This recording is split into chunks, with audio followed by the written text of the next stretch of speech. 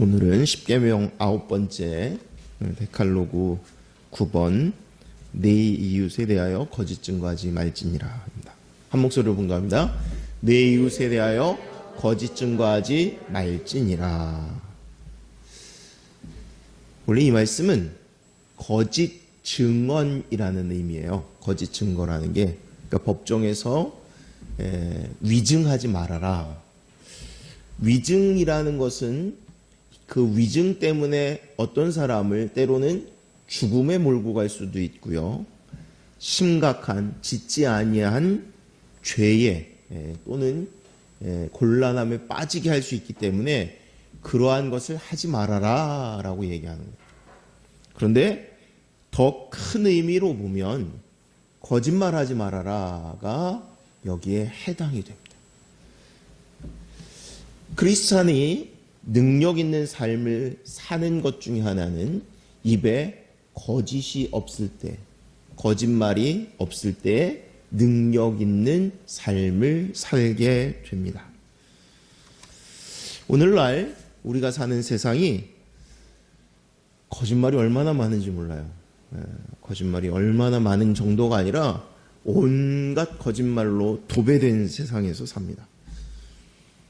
모든 것을 공정하게 재판해야 되는 법원에서도요, 여러분들 영화나 이런 데서도 보면 경찰이 사건 조작을 하고 또 변호사가 거짓 논증을 하고 증인도 위증을 하고 또 피해자도 거짓말을 하는, 전부 거짓말이에요. 지켜보는 사람도 또 그것에 대하여 재판하는 재판 또 배심원들 모두가 거짓말로 가득 차 있습니다. 거기만 그런가요? 지금 우리나라 사회에서 제일 거짓말을 많이 한다라고 생각하는 사람들이 아마 정치인들 아닌가요? 정치인들은 사람들이 이렇게 생각하죠. 그야말로 눈 하나 깜짝 안 하고 거짓말하는구나. 어떻게 저럴 수가 있지? 정치판이 거짓말판이고 그 거짓말꾼이라고 이제 대명사처럼 된 게 정치인들. 거기만 그런 게 아니라 우리 TV에 광고를 보면 사실은 허위 광고, 과장 광고가 처벌을 받습니다. 그런데 수많은 광고들 요즘은 뭐까지 동원이 되냐면 댓글까지 거짓으로 하는 거죠. 먹어보지도 않은 사람이 와 너무너무 맛있다. 어디가 진짜 좋다. 사진까지 찍어서. 그래서 한때는 TV에 나오지 않은 집, 이 집이 더 맛있는 집이라고 할 정도로 그런 일들. 대학에서도 가짜 논문들, 온라인에서 가짜 뉴스가 성행하고요. 심지어는 하나님의 말씀이 선포되어지는 설교단에서도 진리의 말씀이 선포되지 않는 일들이 비일비재하게 되었습니다. 문제는 이거예요. 항상 우리가 말씀을 들을 때 나는 아니야, 진짜 아닐 수 있는지, 또 누구는 말이야, 그렇게 누구를 정죄하는 목적이 아니라 하나님의 말씀은 오늘 내가 듣고 실천하고 변화를 받는 모습이 되어야 한다는 것입니다. 기독교 윤리학에서 거짓말하는 유형이 4가지가 있대요. 첫 번째는요, 악의에 찬 거짓말. 정말 없어야 되는 거짓말이죠. 누군가를 악한 의도로 넘어지게 하기 위한 거짓말. 우리가 아는 대로 예수님도 거짓 증언에 의해서 십자가에 못 박히게 되죠. 두 번째는 유머, 웃기려고 하는 거짓말이 있다고 그래요. 우리가 아는 대로 연예인들이 하죠. 잘해요. 개그맨들이. 근데 중요한 건 이거예요. 분명히 거짓말입니다라는 걸, 장난입니다라는 걸 밝혀야 돼요. 아무리 웃기려고 해도 거짓은 거짓이고요. 오해할 수 있고요. 또 하나, 이게 잘못하면 남의 감정을 상하게 하거나 마음에 상처를 줄 수도 있습니다. 네. 그러니까 누구를 비아냥거리듯이 하는 그런 거 있어요. 사실이 아닌데. 네. 그래서 자기 자신을 낮추는 유머는 있을 수 있지만 상대방을 누구를 이렇게 깔아뭉개는 그런 유머는 유머가 아니죠. 세 번째 거짓말은요, 예의상하는 거짓말이 있대요. 예의상하는 거짓말. 예를 들면 이런 거예요. 아기가 태어났어요. 이게 아기가 자기 눈으로 보니까 전혀 안 이뻐요. 전혀 안 이뻐요.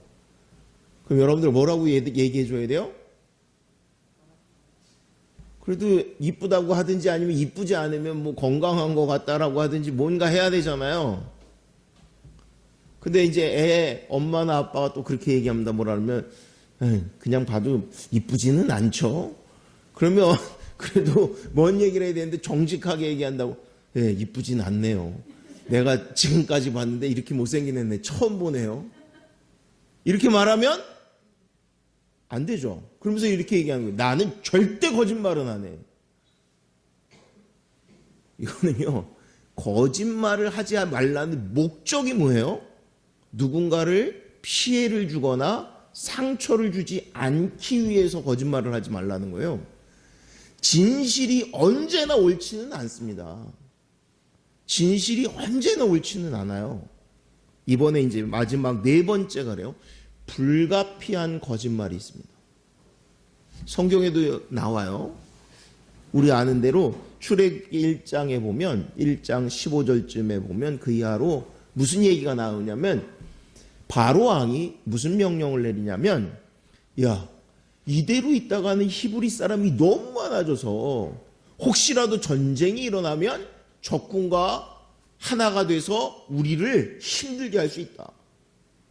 그래서 무슨 명령을 내냐면 남자아이가 태어나면 다 죽이라고. 그래서 히브리 산파 십부라하고 부하인가요? 이 사람들에게 명령을 내려요. 뭐라고 명령 내려요? 애 태어나면 죽여라. 남자애 태어나면 엎어놔라. 그때 그들이 무슨 얘기를 하냐면 안 죽이고 살려둬요. 왜 살려두냐면 하나님을 두려워해서. 여기서 하나님을 두려워한다는 얘기는 바로 왕의 명령보다 하나님을 두려워했다는 거예요. 그때 야, 니네 왜 살려뒀어? 라고 얘기하는데 핑계가 뭐냐면 거짓말이죠. 이거 분명히 뭐라고 하냐면 히브리 여자들은 애굽의 여인들하고 달라서 힘이 좋아서 자기들이 가기도 전에 이미 애 낳고 처리한다고. 그래서 어떻게 할 수가 없다고. 말도 안 되는 거짓말을 하죠. 그런데 성경은 뭐라고 그러냐면 그가 하나님을 두려워해서. 거기만 나오나요? 우리 아는 대로 가나안 땅의 첫 번째 무슨 성이 있어요? 여리고 성에 거기 기생 라합이 있죠. 라합이 무슨 짓을 하냐, 무슨 행동을 하냐면 정탐꾼을 숨겨줘요. 그때 정탐꾼을 찾으러 왔던 군사들이 물으러 왔을 때 뭐라 그래요? 갔습니다. 다른 데로. 자기는 3대 밑에 숨겨두고 갔다라고 얘기해요. 거짓말이잖아요. 그런데 성경은 이걸 거짓말이고 잘못됐다라고 얘기하는 것이 아니라 그가 하나님을 두려워함으로 또는 그가 믿음으로라고 이야기해요. 그러니까 때로 우리가 똥오줌을 못 가리는 것처럼 거짓말이냐 진실이냐에 대한 이야기를 할 때 혼동을 일으키는 경우가 있어요. 무엇을 위한 거짓말이고 무엇을 위한 진실인가요? 아까 애가 이쁘죠? 못생겼죠? 나는 거짓말은 절대 안 해. 그런다고 얘는 못생겼네요. 이렇게 얘기하는 건 상처를 주는 거예요. 거짓말 안 해도 되잖아요. 다른 말 해도 되잖아요. 진실이라고 해서 그것이 사람을 살리는 게 아니라 때에 맞는 말을 하는 거예요. 성경에서 지금 거짓 증거하지 말라고 얘기하는 건 누군가를 해할 목적으로 그와 같은 거짓말을 하지 말라라고 이야기하는 거예요. 넘겨봐요.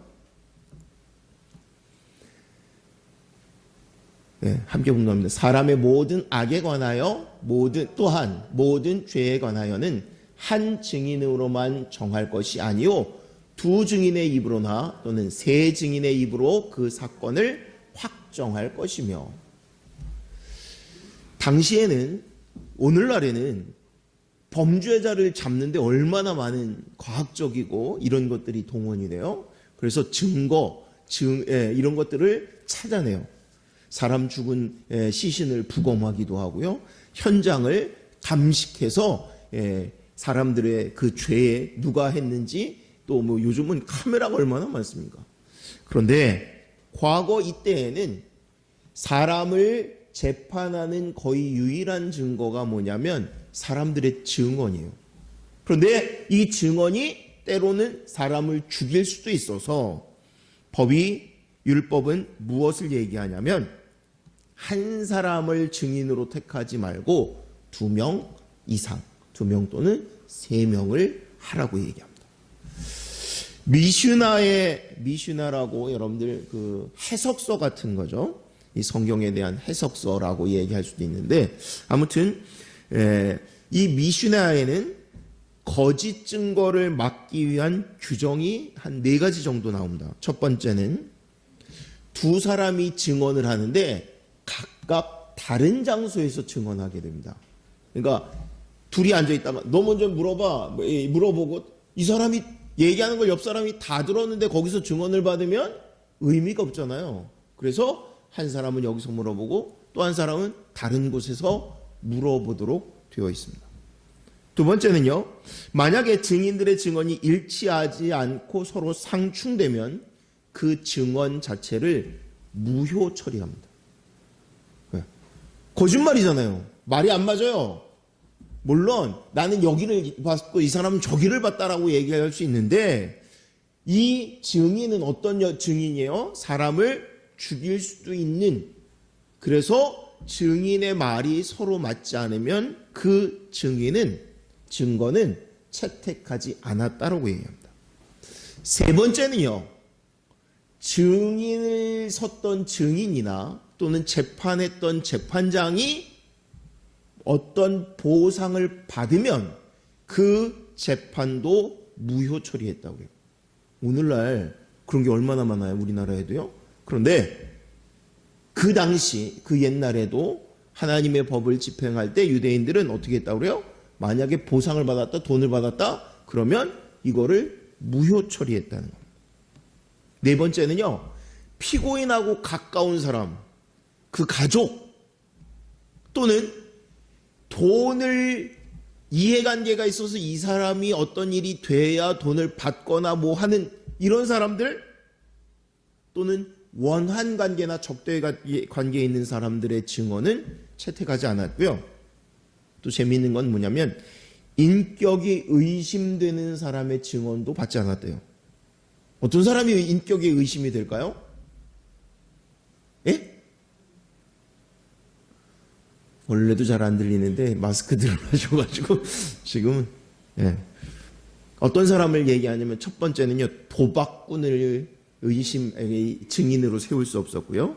또 하나는 고리대금업 하는 사람들, 그리고요 장사를 하는데 해서는 안 될 물건을 가지고 판매하거나 하는 사람들도 증인으로 설 수가 없었다라고 얘기해요. 그런데 이러한 안전장치를 해놓으면 그러면 정말로 불법, 거짓 증거하는 사람이 없었을까요? 있어요. 오늘날도 그렇잖아요. 여러분들 법원에 안 가면 제일 좋은데 법원에 가보면 뭐 영화나 이런 데서도 봤잖아요. 뭐라고 그러냐면 위증을 하면 거기에 대한 합당한 처벌을 받겠습니다. 그리고 얘기하는데도 위증을 하던가요? 안 하던가요? 해요. 마지막 한 번 더 넘겨서 신명기 9장 18절에서 19절 한 목소리로 묻는, 재판장은 자세히 조사하여 그 증인이 거짓 증거하여 그 형제를 거짓으로 모함한 것이 판명되면 그가 그의 형제에게 행하려고 꾀한 그대로 그에게 행하여 너희 중에서 악을 제하라. 어떻게 한다고요? 만약에 위증을 했어요. 그러면 그 위증한 사람에게 무슨 벌을 주냐면, 피고 있잖아요. 누군가에 대한 잘못을 증언했어요. 그 사람이 그래서 예를 들어서 징역 30년을 받았다. 그럼 위증한 사람도 30년을 사는 거예요. 만약 이 사람이 사형을 당했다. 그럼 그 사람도 사형을 당하는 거예요. 실제로 우리 여러분들 바울이었잖아요. 사울이었던 바울이 회개하기 직전의 사건이 뭐냐면 스데반이 돌 맞아 죽을 때에 증인 서는 거예요. 증인. 그래서 여러분 성경에 있죠. 바울이라는 사울이라는 청년의 거기에 옷을 벗어두고 그리고 돌을 던졌다 그러죠. 근데 증인은 어떤 역할을 하냐면, 제가 이 사람이 어떤 죄로 말미암아 죽어 마땅하다 또는 어떤 형벌을 받아 마땅하다고 생각합니다 하고 돌을 던지면 제일 먼저 던지는 거예요. 그 얘기는 거꾸로 이것이 잘못되었고 그렇다면 내가 그에 합당한 죄를 받겠습니다라고 얘기하는 거예요. 성경은요, 모든 형태의 부정직한 말 또는 허위, 조작, 날조하는 것, 남을 악의로 하는 것, 이런 모든 것을 금하라라고 요구해요. 우리가 지금 이 말씀을 읽고 묵상하고 설교를 들으면서 생각해야 되는 건 뭐냐면, 내 안에 거짓된 것, 부패한 것들이 있으면 끊어지게 해주세요. 기도하면서 말씀을 듣고 나눠야 돼요. 잠깐 찬양 하나 할까요?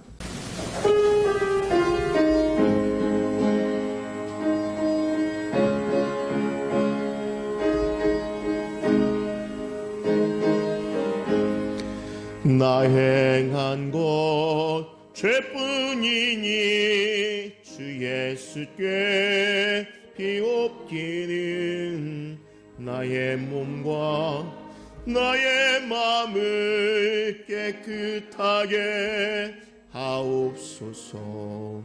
물 가지고 날 씻든지 불 가지고 태우든지 내 안과 밖 다 닦으사 내 모든 죄 멸하소서.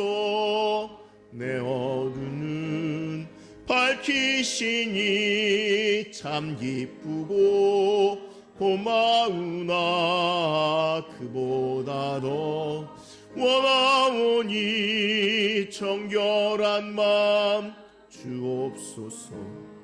물 가지고 날 씻든지 불 가지고 태우든지 내 안과 밖 다 닦으사 내 모든 죄 멸하소서.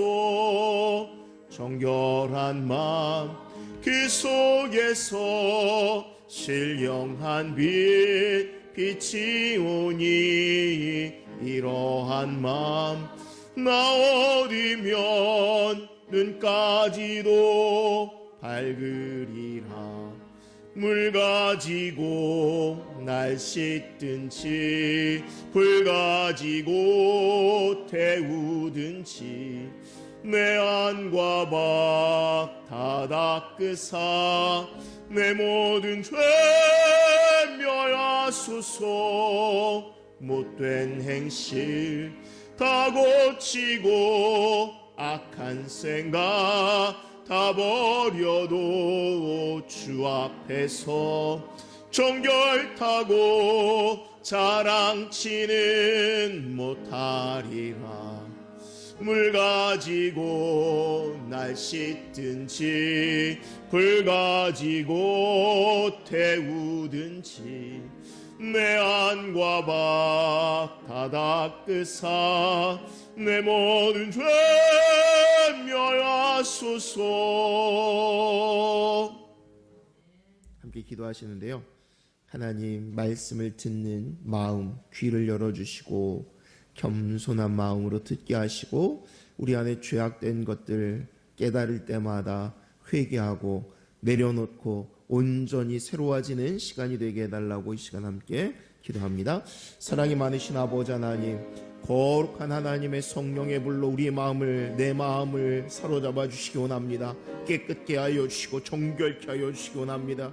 하나님 은혜가 필요합니다. 하나님 역사하여 주시기 원합나이다. 하나님 내 심령을 정결케 하여 주시기 원합나이다. 아버지 깨닫지 못할 때가 많습니다. 아버지 느끼지 못한 아버지며 아버지 그런 모습일 때가 있습니다. 아버지 하나님 무뎌져서 아버지의 죄악된 것들을 듣지만 아버지의 가슴을 치고 통회하지 못합니다. 하나님 통회하는 자 되기 원합니다. 아버지 깨닫고 돌이켜 주의 은혜의 아버지의 자녀의 삶을 아버지 누리는 자의 모습이 되어지기 원합니다. 예수 그리스도의 보혈로 거듭났음에도 불구하고 또 죄질 생각을 하고 또 죄의 아버지의 등구는 아버지의 모습들이 있습니다. 하나님 은혜를 아버지 소망합니다. 성령의 역사하심을 바라봅니다. 하나님 이 시간 아버지 성령님 내 마음을 우리의 심령을 아버지 역사하여 주시고 원합나이다. 온전케 하여 주시고 원합나이다. 깨끗게 하여 주시고 원합나이다. 하나님 은혜 가운데 있기 원합니다. 성령의 역사심 가운데 있기 원합니다. 아버지 하나님 깨닫지 못하는 어리석은 자들 아버지의 한 것을 또 저지르는 어리석은 아버지의 백성이 아니라 하나님 은혜로 말미암아 변화되어지고 새로워지고 온전함을 아버지 덧입는 아버지 모습들이 되어지기 원합니다. 하나님 아버지 하나님의 성령을 부어주시고 원합나이다. 이 시간 우리의 마음을 주장하여 주시고 원합나이다. 이끌어 주시고 원합나이다. 두렵고 떨림으로 아버지 설 뿐만 아니라 아버지 기대하고 설레는 마음으로 주 앞에 아버지 서기 원합니다.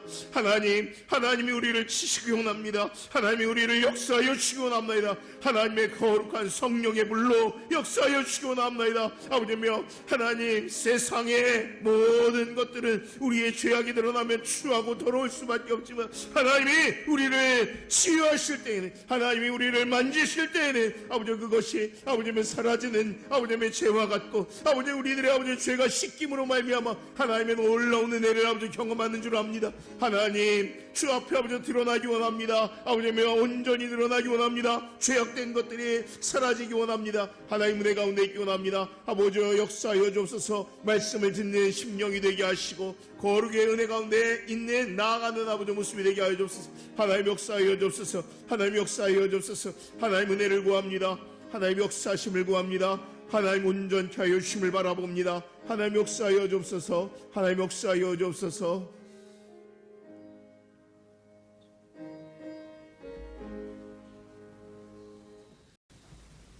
함께 묵묵합니다.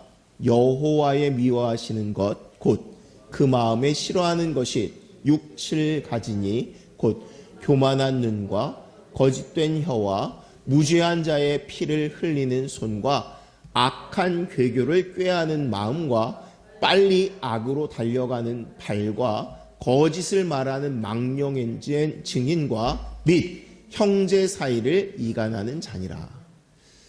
하나님이 미워하시는 것, 싫어하시는 것, 그게 한 7가지, 6, 7가지라고 이렇게 성경을 하는데 7가지가 써 있는데요. 근데 그 7가지 중에 우리가 지금 나누는 거짓 증언, 거짓말, 이게 몇 가지나 나오나 한번 봐요. 맨 처음에 거짓된 혀가 나오죠. 그 다음에요.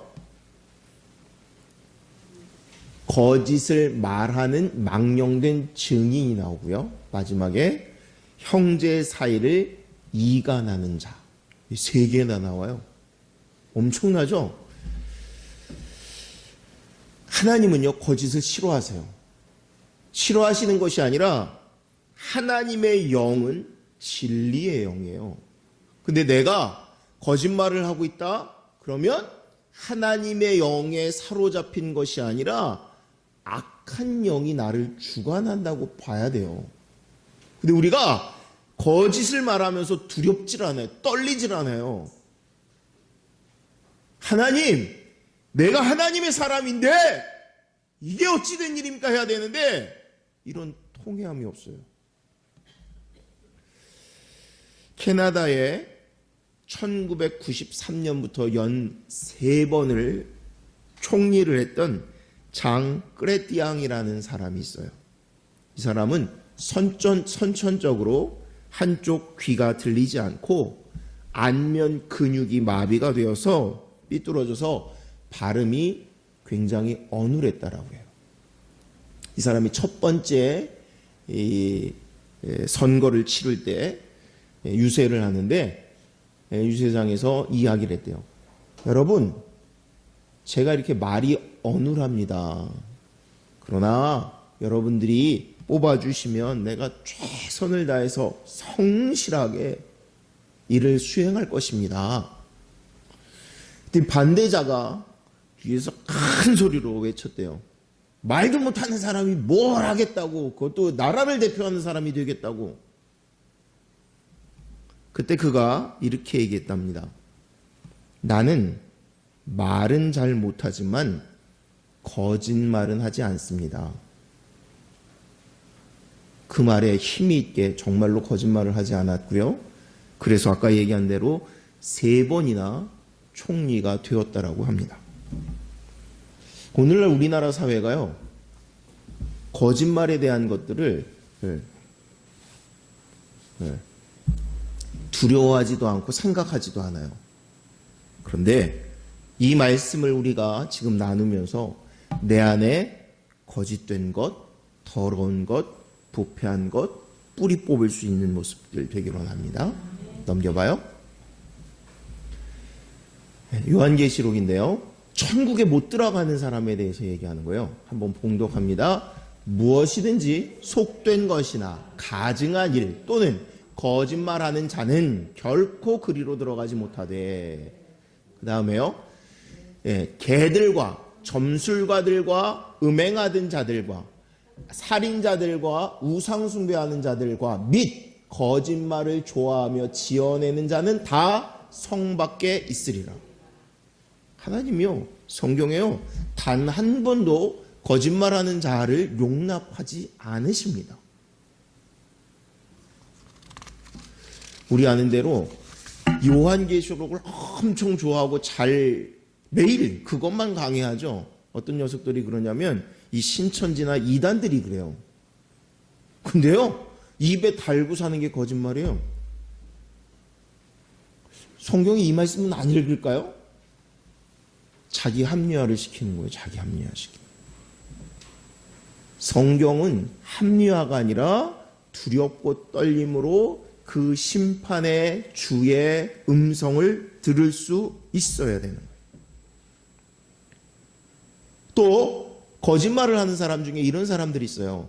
누구의 기분을 맞춰주기 위해서 하는 거예요. 허영심에 맞춰주기 위해서. 거짓말이에요. 왜 그런 짓을 해요? 하나님을 기쁘게 하시기 위해서 우리가 허영심이나 거짓으로 할 수 있나요? 하나님은요, 절대 그럴 수가 없습니다. 마찬가지로 우리가 누군가에게 기분을 맞추기 위해서, 아부하기 위해서 거짓말하는 것 분명히 죄인 줄 알아야 합니다. 성경은요, 뭐라 그러냐면 나쁜 사람에게서는 거짓이 튀어나온다라고 얘기해요. 거꾸로 거룩하고 정직한 사람은 거짓이 나오면 안 됩니다. 또 넘겨봐요.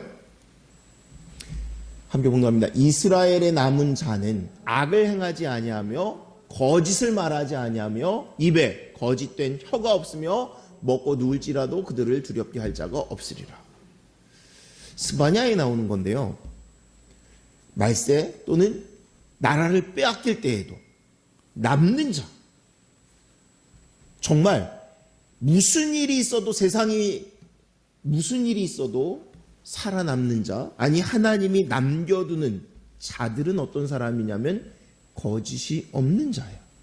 거꾸로 행하는 자는 하나님의 심판의 첫 번째 순위입니다.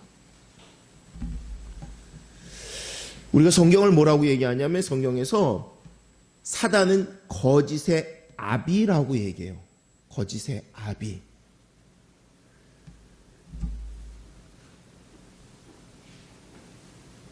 우리 아는 대로 지난번에도 요즘 계속했던 아합 왕도요, 거짓 증인 둘을 세워서 어떻게 해요?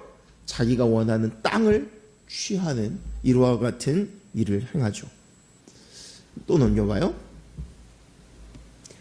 함께 봉독합니다. 너희는 너희 아비 마귀에게서 났으니 너희 아비의 욕심대로 너희도 행하고자 하느니라. 그는 처음부터 살인한 자요 진리가 그 속에 없으므로 진리에 서지 못하고 거짓을 말할 때 제 것으로 말하나니 이는 그가 거짓말장이요 거짓의 아비가 되었습니다. 누가 누구에게 하는 말이냐면 예수님이 유대인들에게 하는 말이에요. 근데 뭐라 하면 너희의 아비가 마귀래요. 유대인들이 얼마나 자존심 상하겠어요? 근데 유대인들에게만 얘기하는 게 아니라 오늘 거짓을 행하면서 그것에 전혀 꺼리낌이 없는 우리에게 똑같이 얘기하는 거예요. 너는 거짓의 자녀라고 얘기하는 거예요. 여러분, 우리는 뭐라고 이야기하냐면 나는 하나님의 자녀, 진리의 자녀라고 얘기해요. 그런데 거짓이 내 입에서 튀어나와요. 그러면 똑같이 나는 하나님의 자녀를 버리고 죄의 사단의 노예로 돌아갔습니다라고 하는 것을 옆 사람이 아니라 내 스스로 알아야 돼. 내 스스로. 내가 보고 내가 느끼는 거예요. 옆 사람 다 필요 없고요. 내가. 혀가요. 우리가 예수를 믿으면 바뀌어야 되는 게 뭐냐면 예전에는 참소하는 혀였어요. 참소한다는 게 뭐예요? 누군가를 비방하고 헐뜯고 미워하고 그럼 어떻게 바뀌어야 돼요? 사랑의 말로 바뀌어야 돼요. 여러분, 내가 참 하나님 사랑해요. 그런데 말만 하면 말이 누군가를 꼬집어요. 그러면 이 사람은 예수의 은혜가 넘칠까요? 자기 스스로 봐야 돼. 내 스스로. 또 하나, 만약에 주변에 누군가 그러면 함께 기도하는 거예요. 하나님, 입술이. 여러분, 우리가 십계명을 보면서 어떤 면에서 유일한 거예요. 이 말 가지고, 세상은요, 말 가지고 그렇게 강하게 안 하는데 하나님은 십계명의 율법을 우리에게 주실 정도로 이 말의 권세에 대한 이야기를 율법으로 주세요. 그런데 성도는 말의 권세가 있는 삶을 살아야 돼요. 그런데 거짓된 입술이 되면 말의 권세가 없습니다. 사라집니다. 그래서 우리가 이 말의 권세 있는 삶을 살기 위해서라도 악한 것, 이거 버리는 거예요. 넘겨봐요. 함께 봉독합니다. 누구든지 스스로 경건하다 생각하며 자기 혀를 재갈 물리지 아니하고 자기 마음을 속이면 이 사람의 경건은 헛것이라. 여러분, 우리가 거룩하다, 경건하다 그러면 어떤 사람이 되어야 되냐면 입에 재갈을 물려야 된대요. 말을 많이 하는 사람 치고 실수하지 않는 사람이 없어요. 그래서 우리는 어떻게 해야 되냐면 가능한 말을 줄여야 돼요. 그냥 말만 줄이는 것이 아니라 어떤 사람은 말 원래 안 해요. 그럼 그 사람 거룩할까요? 그게 아니라 해야 할 말, 거룩한 말, 또 하나 거짓을 내려놓는 말. 하나님은 입술에 파수꾼을 세워야 된다 그래요. 우리가 잘 아는 시편에 입술에 파수꾼을 세워달라. 이거 누가 하는 말이에요? 다윗이 하는 말이에요. 다윗은 어떤 사람이냐면 우리가 아는 대로 시편의 그 아름다운 멜로디의 시를 작사하는 또 노래하는 사람이에요. 정말 하나님께서 원하시는 것처럼 입술이 구슬같이 옷구슬처럼 고운 말을 하는 사람이에요. 근데 그가 뭐라 그러냐면 내 입술에 파수꾼을 세워달라고 하나님께 기도해요. 그럼 우리는 말할 것도 없어요. 매일 기도해야 되는 하나님, 내 입술에 파수꾼을 세워주셔서 해야 할 말, 아니 거짓되고 부패한 것들을 끊게 하시고 걸러내게 하시고 주님 원하시는 말을 하는 자 되게 해달라고 해야 될 겁니다.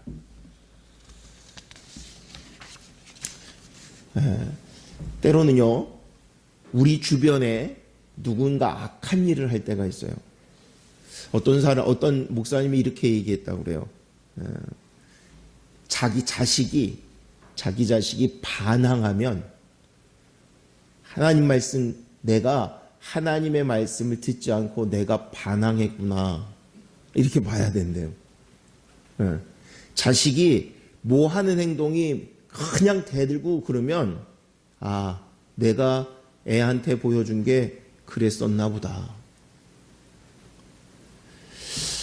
성경의 말씀은요, 우리가 뭐라고 그러냐면 그것들을 통해서 누군가를 얘기하는 게 아니라 나 자신을 보라고 얘기하는 거예요. 나 자신을. 내가 거룩에 이렇게 그러면 어쩌고 우리가 그러고 싶어요. 근데 하나님이 뭐라고 얘기하시는 거냐면, 아니 난 너한테 관심이 있다니까. 하나님은 나한테 관심이 있어요. 우리가 말씀이 들으면 아 이건 누가 좀 들어봤으면 좋겠는데, 아니요, 하나님은 야 다 내려놓고 난 너하고 하나님은 우리 한 사람 한 사람하고 이야기를 하기 원하시고 우리의 삶의 모습이 바뀌어지기를 원하십니다.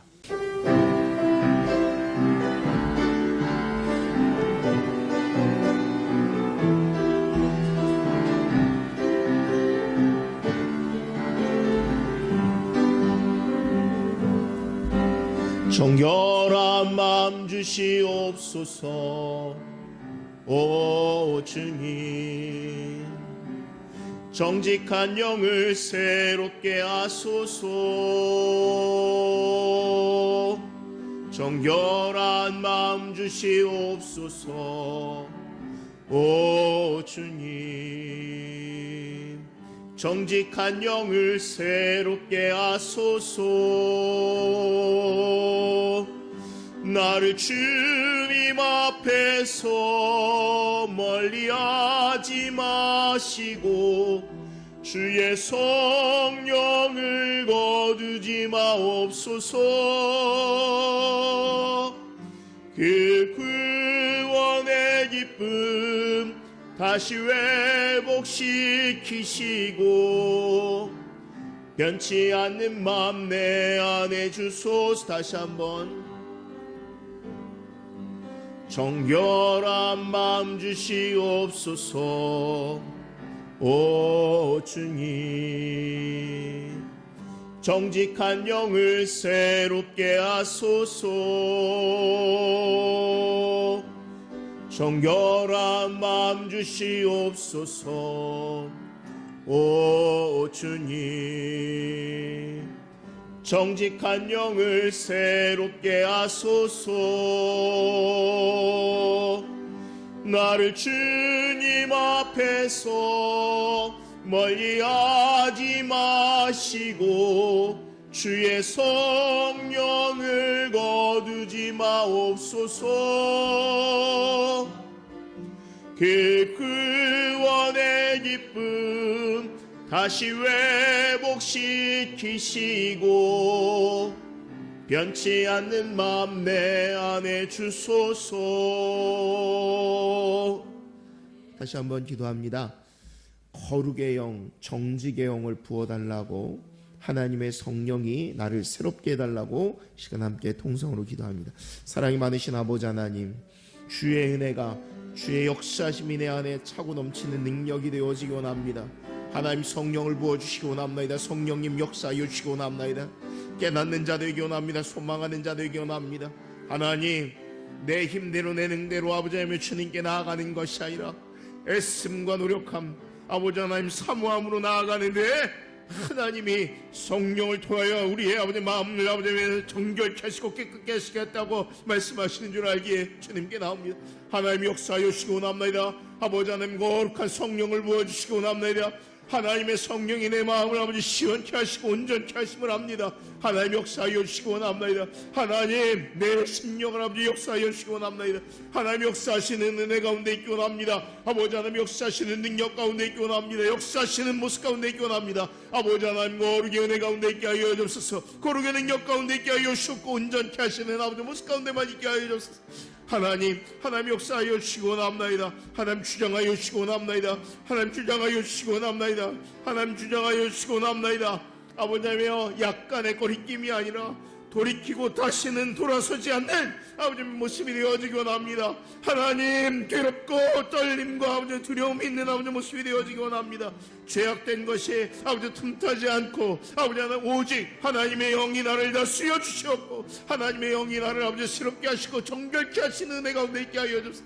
하나님, 거룩의 능력이 나타나는 아버지의 모습이 되어지기 원합니다. 선한 아버지의 입술이 되어지기 원합니다. 거룩의 아버지의 능력이 있는 아버지의 모습이 되어지기 원합니다. 하나님 원하시는 아버지의 모습들을 아버지 취하는 아버지의 모습이 되어지게 하여 주옵소서. 하나님, 주의 은혜의 일들을 구합니다. 주의 은혜의 일들을 구합니다. 주의 역사심을 바라봅니다. 마땅히 바라야 할 것, 마땅히 구해야 할 것을 구하는데 하나님의 은혜를 구합니다. 하나님의 역사심을 구합니다. 내 안에 아버지의 주의 은혜의 아버지의 일들이 아버지 나타나기 원합니다. 주의 역사심의 아버지의 은혜를 아버지 구하오니 하나님 좌정하시고 하나님의 역사심으로 말미암아 악한 것들이 쓴 뿌리가 뽑혀지게 하시고 하나님의 영광이 드러나며 하나님의 원하시는 일들을 아버지 알아보고 행하여 가게 하여 주옵소서. 하나님, 내 안에 아버지 죄악된 것들 아버지님 다 사라지기 원합니다. 은혜 가운데 있기 원합니다. 거룩의 모습 가운데 있기 원합니다. 거룩의 능력 가운데 있기 원합니다. 거룩의 소망 가운데 있는 아버지 모습이 되게 하여 주옵소서. 은혜 중에 나아가기 원하오니 은혜 중에 있기 원하오니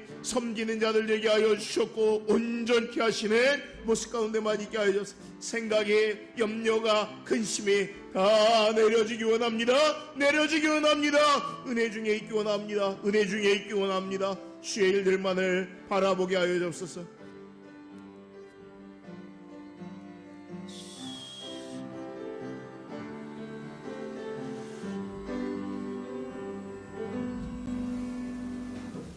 네, 한 목소리로 hun동합니다. 너희는 이 모든 일의 증인이라. 예수님이요, 부활하실 때 제자들에게 하시는 말씀. 이 모든 일의 증인, 누가요? 제자들이. 그럼 제자들만 그럴까요? 나도, 우리도. 무슨 증인이에요? 예수님이 십자가에서 죽으시고 다시 살아나시고 부활 승천하신 이 모든 일의 증인이에요, 증인. 나는 보지도 않았어요. 근데 성령을 통해서 알아요. 그래서 나도 증인입니다. 넘겨봐요. 함께 공부합니다. 항상 우리와 함께 다니던 사람 중 하나를 세워 우리와 더불어 예수께서 부활하심을 증언할 사람이 되게 하여야 하리라 하거늘. 무슨 얘기냐면 예수님의 제자 중에 예수님의 제자에서 떨어진 사람이 하나 있죠. 누구예요? 가룟 유다. 자살했죠. 그래서 그 가룟 유다를 대신할 제자를 사도를 뽑게 되는데 조건이 하나 있어요. 다른 조건이 아니라 예수 부활의 증인이 될 사람. 어떤 사람이에요? 예수 부활의 증인 될 사람. 오늘 우리도 그럼 똑같아요. 무엇을 하는 사람이어야 돼요? 예수 부활의 증인. 왜 거짓말을 하지 말라고 그래요? 예수 그리스도의 부활을, 예수 그리스도를 증언할 입에서 거짓말을 하는데 그 능력이 나타날까요? 당연히 안 나타나죠. 당연히. 미국에 어떤 재판이 있었대요. 우리나라는 재판이 판사가 땅땅땅 때리잖아요. 근데 여러분들 그 영화나 드라마 같은 데 보면 미국은 배심원들이 하죠. 그런 때로는요, 배심원들도 중요하지만 이 증인의 증언이 중요하다고 그래요. 근데 어느 날 증인의 증언으로 누가 섰냐면 목사님이 서셨대요. 목사님이. 어떤 사람이냐면 무슨 사건이었냐면 누군가 범죄에 연루됐는데 그 청년이 그날 교회 예배에 참석했느냐 하는 거예요. 두 가지. 하나는 그날 예배가 정말 그 교회에서 있었는지, 또 하나는 그 청년이 그 예배에 있었는지. 그러면 아까 얘기한 대로 법원에서 이 목사님이 증언을 하셨대요. 네, 그날 예배에 있었습니다. 그리고 그 청년은 우리 교회 예배에 참석했습니다. 그럼 그 다음에 뭘 해야 되냐면 진짜 예배가 있었는지 조사하고 진짜 그 청년이 거기 있었는지 다른 사람에게 신문해야 되는데, 그날 그 법원에서 어떻게 판결을 내렸냐면 목사님의 증언에 의해서 그 사람은 그곳에 있었고 그래서 무죄임을 증명합니다. 하는데 재판관뿐만 아니라 배심원 그 자리에 있던 모든 사람이 네 그랬대요. 목사님뿐만 아니라 여러분들이 실제로 사는데 그 사람의 말, 우리 그럴 때 있잖아. 야, 그 사람이 말했으면 그건 맞아. 그런데 그 사람이 다른 말이 아니라 예수가 부활하셨대라는 이야기를 할 수 있어야 되고 그것이 신자의 능력이 돼야 돼요. 근데 신자가 이 능력 있는 말을 해야 되는데 거짓을 말하면 정말 중요한 복음을 증거하는 일을 맡게 되기 때문에 우리는 거짓 증거하지 않는 자, 거짓말이 떨어진 삶을 사는 모습이 되어야 돼요. 그 다음에요. 좀 긴데요. 한 목소리로 천천히 읽겠습니다. 백성과 장로와 서기관들을 충동시켜 잡아가지고 공회에 이르러 거짓 증인들을 세우니 이르되 이 사람이 이 거룩한 것과 율법을 거슬러 말하기를 마지 아니하는도다. 그의 말에 이 나사렛 예수가 이곳을 헐고 또 모세가 우리에게 전하여 준 규례를 고치겠다 함을 우리가 들었노라 하거늘. 잠깐 이 본문 부분이지만 무슨 얘기인지 알겠죠? 스데반 집사님을 정죄하기 위해서 거짓 증인들을 세웠는데 그 거짓 증인들이 거짓말하는 거예요. 거짓 증인들이. 근데 이런 거죠. 예수님이 무슨 말을 했냐면 이 성전을 사흘 만에 헐고 사흘 만에 세우겠다라고 이렇게 얘기했다고. 거기서 말하는 성전은 예수님이 자기 몸을 가르쳐 말씀하시는 거예요. 근데 요거를 가지고 고소를 해가지고 이 성전 모독죄로 해서 스데반을 돌로 쳐 죽이는 거예요. 아까 이 사람들 거짓말은 아니에요. 예수님이 하신 말씀대로 했어요. 오늘날 여러분 뉴스 보면 거짓말은 아닌데 머리 글자가 거짓말같이 들리는 게 있어요. 뉘앙스가 전혀 다른 말인데 제목만 읽으면 그래서 읽어보면요. 진짜 끝까지 읽어보면 전혀 다른 말인데 현혹하는 일들이 있어요. 또 어떤 거는요. 진짜 한 말은 맞아요. 그런데 앞에 또 뒤에 그 사람이 한 말을 다 들어보면 아닌데 그 부분만 딱 따가지고 얘기를 하는 거예요. 이렇게 말했잖아. 그 말한 거 틀리지는 않아. 그런데 그 말이 그런 뜻으로 한 게 전혀 아닌데. 스데반이 지금 거짓 증인에 의해서 죽임을 당해요. 그런데 그가 거짓 증인에 의해서 죽임을 당하는데 그 자리에 누가 있었다고요? 바울이 되는 사울. 그죠? 그 사울이 나중에 이 스데반을 뭐라고 증언하냐면 넘겨봐요. 함께 봉독합니다. 또 주의 증인 스데반이 피를 흘릴 때에 내가 곁에 서서 찬송하고 그 사람을 그 죽이는 사람들의 옷을 지킨 줄 그들도 하나이다. 자기의 가장 부끄러운 이야기 하는 거예요. 옛날에 나는 이런 사람이었어. 바울이. 그런데 그가 스데반을 뭐라면 주의 증인이라고 얘기해요. 그냥 스데반 집사, 그냥 스데반 이렇게 얘기하지 않고 그가 주의 증인이었다라고 얘기해요. 오늘날 성도가 들어야 할 말, 그리고 성도에게 복된 말이 뭐냐면 그가 주의 증인이라고 하는 거예요. 증인이라는 말의 원어는 마르투스라고 합니다. 마르투스 들어봤어요? 마르투스? 서울신대 다니는 친구들은 마르투스 들어봤죠? 마르투스라고 축제 때마다 나와서 이 드럼 치고 막 하는 애들 이름이 마르투스인데 지금도 있는 걸로 알거든요. 저희 동기가 만들었던 저기 서클 이름인데 아무튼 증인이라는 말이에요. 증인. 그런데요. 증인이라는 말에서 파생된 말이 뭐가 있냐면 순교하다라는 말이 여기서 나와요. 전혀 다른 말이잖아요. 증인은 그냥 증거하는 거잖아요. 순교는 그냥 죽는 거잖아요. 근데 그냥 죽는 걸 순교라고 하지 않고 증언한 사람이 그 증언을 번복하지 않고 죽은 사람을 순교했다라고 하는 거예요. 그래서 예수 그리스도를 증언했던 이들이 죽음을 당했을 때 순교자라고 하고요.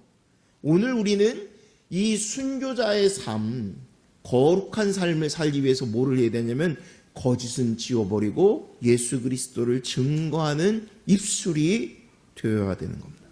넘겨봐요. 함께 공부합니다. 오직 성령이 너희에게 임하시면 너희가 권능을 받고 예루살렘과 온 유대와 사마리아와 땅끝까지 이르러 내 증인이 되리라 하시니라. 네. 우리 잘 아는 사도행전 처음에 나오는 뭐가 임하면? 성령이 임하면 그러면 증인이 되리라. 오늘 우리의 아까 처음에 거짓된 것들이 안 바뀌어지는 것도 뭐 때문에요? 성령이 임하셔야지. 성령. 여러분, 베드로가 그냥 열심을 가졌어요. 얼마나 열심을 가졌습니까? 그런데 그 열정과 열심이 있는 사람이 예수님을 3번이나 부인해요. 그런데요, 이 베드로가 거꾸로 매달려 죽기까지 순교하는, 거꾸로 매달려까지 순교하는 순교자가 되는, 증인이 되는 계기가 뭐예요? 성령의 임하심을 입고 성령 충만해지니까 바뀌어요. 그죠? 우리 잘 아는, 제가 매일 그 얘기하잖아요. 베드로가 매일 성전에 갈 때마다 미문에 앉아있는 안진뱅이를 봤었어요. 근데 매일 그냥 지나갔어요. 베드로도. 근데 어느 날이 언제요? 성령 충만함을 받고 뭐를 알았냐면 그 예수가 권능이 있으심을 알고, 그래서 어떻게 해요? 나는 금과 은은 없어. 그러나 내게 있는 것으로 너에게 준다고 그래요. 그게 뭐예요? 나사렛 예수 그리스도의 이름으로 일어나 걸으라. 여러분, 예수의 이름을 사용할 수 있는 권세가 성령이 충만해지면 나타나요. 예수 그리스도가 부활하셨음에 대한 능력이 성령이 있을 때 나타나는 거예요.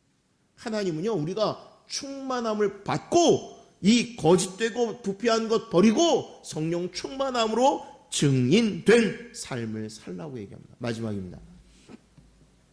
함께 봉독합니다. 만일 누구든지 저주하는 소리를 듣고서도 증인이 되어 그가 본 것이나 알고 있는 것을 알리지 아니하면 그는 자기의 죄를 져야 할 것이요 그 허물이 그에게로 돌아갈 것이며. 위증만 죄가 아니고요, 침묵하는 것도 죄예요. 왜? 오늘 우리는 복음을 알고 들었어요. 더더군다나 여기 직분자들은 다 뭐의 직분을 받은 거냐면 스데반이 그랬던 것처럼, 마띠아가 그랬던 것처럼 뭐로? 증인으로 사는 거예요. 증인. 내 입술이 증인이 되는 거예요. 예수가 그리스도십니다. 여러분들 잘 아는 차인표가 맞나요? 신혜라 남편? 네, 차인표. 네, 이 사람 참 착한 일 많이 하죠. 근데 이 친구가요, 북한 탈북자를 다시 돌려보낸다는 그럴 때에 절대 그거는 말이 안 됩니다 하면서 운동을 하면서, 왜 이 운동을 합니까? 라고 했더니 그런 얘기를 했어요. 자기가 4살 때 이런 일이 있었대요. 집 밖에서 창문톡에 지하실에 고개를 쳐박았는데 들어갈 땐 들어갔는데 이 머리가 안 빠지는 거예요. 그래가지고 그냥 막 울고 있는데 자기 말이 그거예요. 그 지하로 고개를 쳐박으니까 깜깜하잖아요. 더 무섭죠. 머리는 안 빠지고. 근데 자기보다 1살 많은 형, 5살 된 형이 그 옆에 있어서 목 놓아 큰 소리로 울었대요. 그랬더니 사람들이 와서 도와줬대요. 그 얘기를 하면서 이거예요. 난 지금 웁니다. 누군가 억울한 일을 당해서, 근데 울어주면 나는 못하는데 돕는 사람이 생기잖아요. 하나님이 우리에게 거룩하고 정직하라고 그러는데 나는 힘이 없다라고만 얘기해요. 근데 하나님 뭐라면 네가 울면 내가 와서 도와줄 거야. 우리 옆에 누군가 정말 변화됐으면 좋겠는데 안 변하는 사람이 있어요. 그럼 어떻게 해요? 우는 거예요. 우는 거예요. 내가 힘이 없어요. 근데 나는 할 수 있는 게 소리 지르는 것밖에 없고 눈물 흘리는 것밖에 없는데 하나님 도와주세요. 내 힘으로 나도 못 바꿔요. 나도 변하고 싶어요. 새로워지기 원해요. 근데 하나님은 우리가 부르짖으면 와서 나를 역사하시겠다고 말씀하십니다. 그 은혜 가운데 나아가는 모습 되기 원합니다. 마지막